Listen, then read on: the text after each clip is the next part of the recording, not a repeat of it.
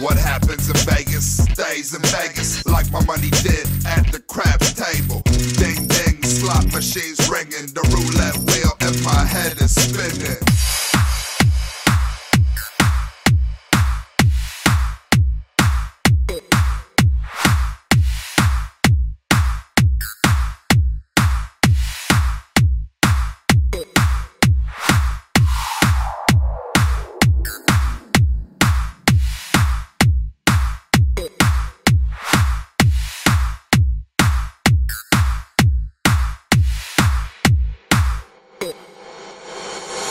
I'm here with Sean McNeil from K-Tune.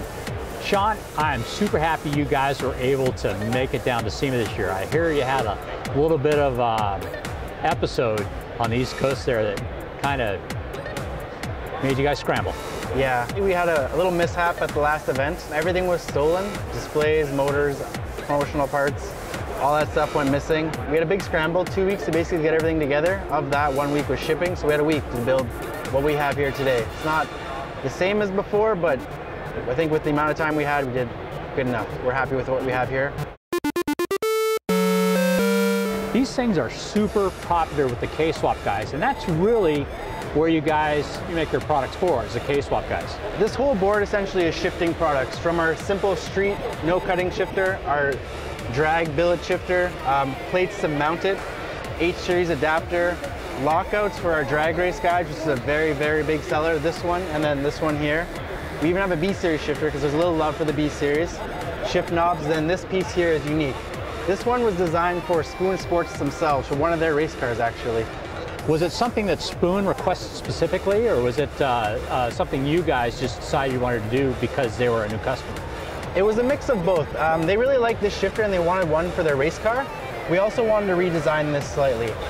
So basically this piece will go inside here. It works very, very well with the fact that it's a lot stronger because they're using it for endurance races. It's a 25-hour race, so we needed to make sure it would stand the test of time. Now I heard you mention also an H22 part. What's that about? Yes, this is a new piece we came out with. It's this and this together to use H22 and our billet shifter. So you have a lot of guys who want to use the shifter but still running an H series. So what it is this bracket and adjusted cable ends, they can actually run them both together. I really like what you've done with this Rsx exhaust. Why don't you tell me about it? Well, the Rsx exhaust, what we changed here was we went with an oval tube. The oval tube actually allows it to sit higher and still keep a 3-inch exhaust. Yeah, that's one of the big problems I found. The Rsx, along with that same generation of Civic, had a very flat bottom, and there wasn't a whole lot of room underneath the car for exhaust. It was. There's one point right here, it's really unfortunate, where it gets very low when it dips. So you always see that 3-inch exhaust is always catching on other cars. These are our first prototypes. We had these done Friday, and we brought them up with us. It's a Ford pattern, 90 mil, 80 mil. The really interesting thing about these are the interchangeable collars. You actually remove the barb and put on a band gen or a V-band. They're adjustable for both the spring tension and the throttle cable. So basically you want a tighter or stronger spring, you're going to adjust it accordingly.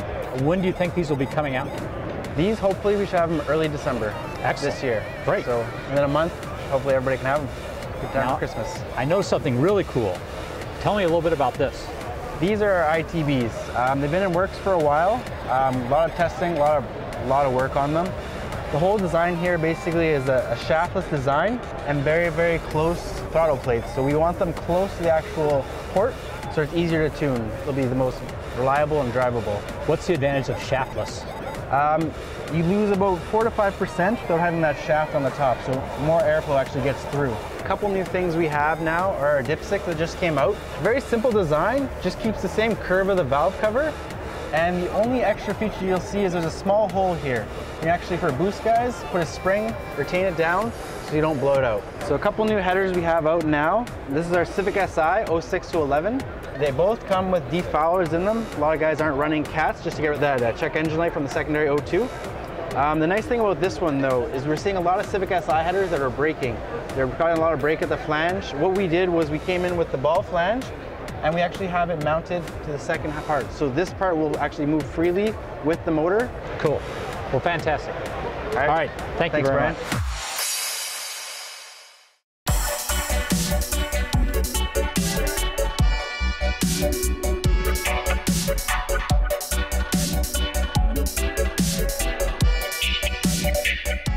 We're here with Bisi. from Bisimoto. That's correct.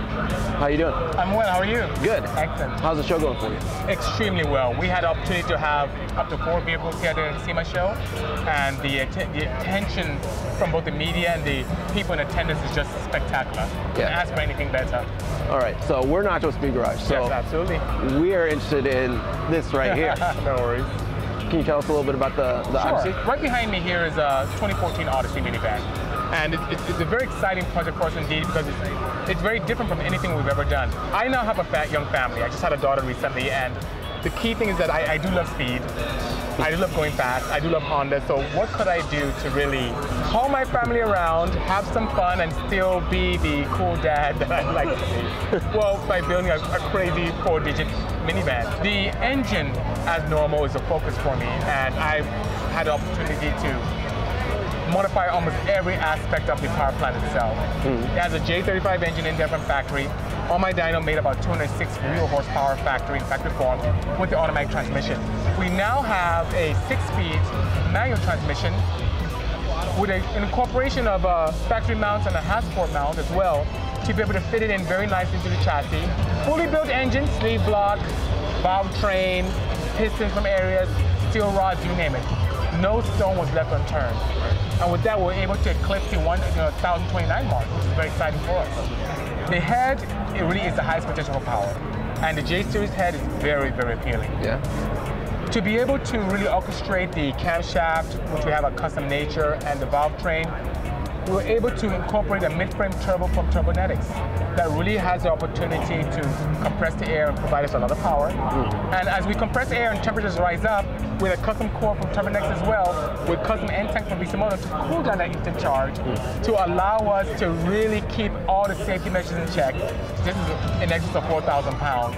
But it's a good looking 4,000. It's a good looking 4,000 pounds. You have 4,000 that looks heavy, and then you have a good looking. There you go. Thank you. Thank you very much. Thank you. We want to retain the drivability of the factory setup, and we want to keep the driver-wire setup as well. So that being said, we elected services from AEM.